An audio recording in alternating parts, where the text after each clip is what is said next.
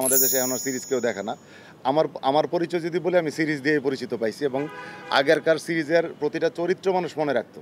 এই যে একটু আগে যে বললা তোমাদের গল্প, এই গল্পটা কিছুদিন পরে আর চরিত্র মনে রাখবে না, কারণ আরেকটা গল্প চলে আসে।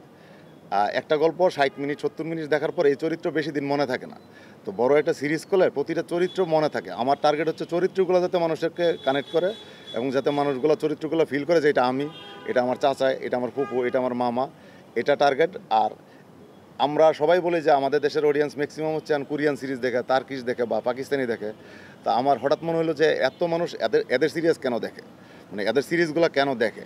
সেটা থেকে চিন্তা করে আমি সিরিজটা বানানো, যে আমি যদি এই অডিয়েন্সকে টার্গেট করতে পারি তাইলে হয়তো বা আমাদের দেশের মানুষ সিরিজ দেখা প্র্যাকটিস শুরু করবে। আমি চাই দর্শক আবার সিরিজে ফেরত আসুক, সবাই সিরিজ বানাক, চরিত্রগুলো বেঁচে থাকুক। আমি এটা ধরে নিয়েছি, এটা আমার ইনকামের চেয়ে বড় জিনিস হচ্ছে আমি এই গল্পটা বানানোর জন্য যতটুকু সাপোর্ট লাগে সেটার জন্য আমি একটা স্পন্সর কোম্পানির কাছে গেছি, ওদেরকে প্রপোজ করছি যে আমি এরকম একটা সিরিজ বানাইতে চাই। যেহেতু আপনারা সবাই খালি বারবার বলেন তার্কিশ বা পাকিস্তানি সিরিজ বা কোরিয়ান সিরিজ আমাকে সাপোর্ট করতে, ওরা সাপোর্ট করছে। একটা চ্যানেলকে পার্টনার হিসেবে নিয়েছি, চ্যানেল আই, ইউনিলিভার আমার সাপোর্ট করছে।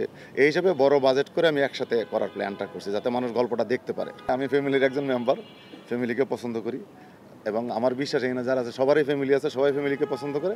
আমি এটাতে কমফোর্ট জোন হিসাবে নেই, এর মাঝখানে অনেক টাইপেরই গল্প বানাই। এটা হয়তো বা মানুষ বেশি পছন্দ করে, দ্যাটস ওয়াই বলে।